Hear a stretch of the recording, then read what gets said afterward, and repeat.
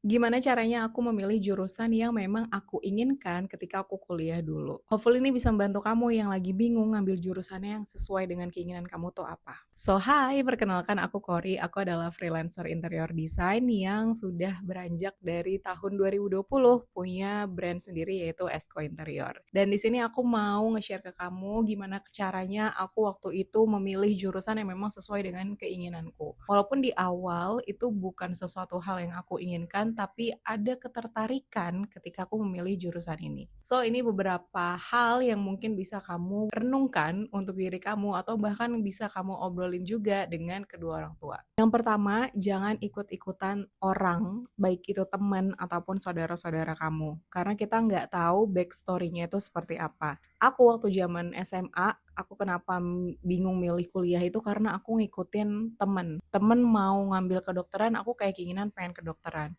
Pengen manajemen, aku jadi keinginan pengen manajemen. Temen pengen kuliah di luar negeri, aku jadi pengen juga ikut kuliah di luar negeri. Tapi yang aku rasain ketika dulu aku SMA, justru jurusan yang aku ingin itu adalah hal yang memang beberapa teman aku inginkan. Dan which is itu bagus, ternyata memang keputusan kita tuh mungkin menarik untuk orang gitu kan. Karena memang nggak semua orang mungkin mengingat jurusan itu bahkan tertarik akan jurusan tersebut. Lalu yang kedua adalah cari di dalam diri kamu tuh tertarik di hal apa. Misal kamu suka yang namanya kesehatan, kamu suka yang namanya menolong orang, kamu bisa make hal itu untuk jadi alasan kamu masuk jurusan yang kamu inginkan. Kamu pengen kesehatan misal dan pengen nolong orang, kamu bisa jadi perawat, kamu bisa jadi dokter, dan lain sebagainya. Atau mungkin kamu suka gambar, kamu bisa ngambil seni. Seni juga itu beragam ya, ada seni rupa, ada seni yang berkaitan denganku, karena aku dulu jurusan arsitektur itu juga part of dari seni, karena memang di situ kita butuh yang namanya kreativitas, tapi tetap ada line-nya lebih ke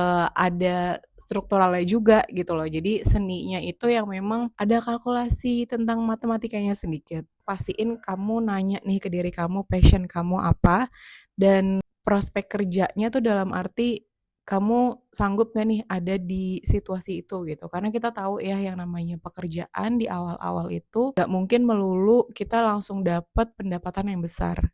Biasanya kita tuh terlalu tertarik sama hal-hal yang oke, gue bakal dapat gajinya gede nih di sini. Tapi nggak semua pekerjaan itu awalnya dengan seperti itu. Pun sama arsitektur, interior, kedokteran, teknik atau dan lain sebagainya yang orang menganggap bahwa oke, gue bakal dapat uang yang besar di situ, tapi di awal nggak begitu tuh. Banyak juga perusahaan-perusahaan atau hal-hal lainnya gitu ya yang memang mengapresiasi seorang teknik atau mungkin seorang engineer gitu ya atau mungkin seorang desainer itu value-nya tuh ya udah segitu aja. Nah, caranya itu adalah kita harus naikin value kita sendiri gitu. Jadi udah nggak bisa kita milih, oh gue harus di perusahaan ini, harus di sini segala macam, tapi ya better kamu naikin value kamu. Yang terakhir ini yang menurut aku salah satu hal yang ngebuat aku memilih jurusan pada saat itu arsitektur itu adalah aku tiba-tiba ingat bahwa aku tuh dulu suka nonton film atau nonton kamu tau nggak kayak bedah rumah atau mungkin kayak hunting rumah, terus door to door ke rumah ngeliatin interiornya dan lain sebagainya. Aku tuh suka nontonin itu. Terus aku juga nggak menyadari ya ternyata ketika aku ngeliat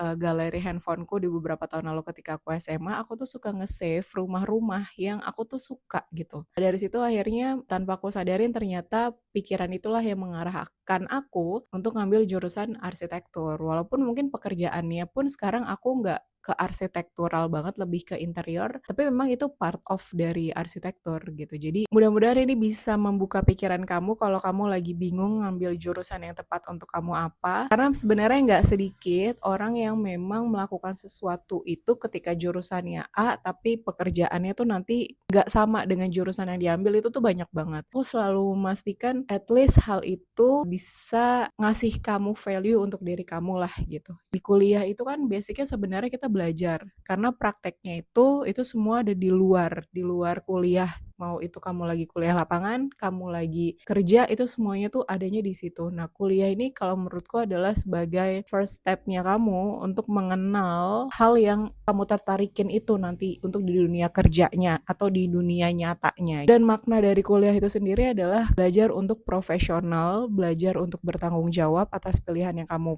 pilih, karena nggak sedikit dari kuliah itu ada orang yang mundur, ada orang yang ganti jurusan di pertengahan atau di awal-awal, itu tuh nggak sedikit. Karena ketika aku kuliah tuh ada pengalaman temen tuh yang melakukan hal seperti itu, dan itu nggak masalah sih menurut aku, itu lebih kayak penetapan hati aja gitu ya. Jadi mudah-mudahan ini bisa ngebantu kamu yang lagi bingung untuk nyari jurusan yang tepat. So hopefully bisa membantu. Kalau misalnya kamu suka sama video kayak gini, don't forget to subscribe dan komen kalau misalnya pengen pembahasan apa lagi. Sampai ketemu lagi di video yang lainnya. Dah.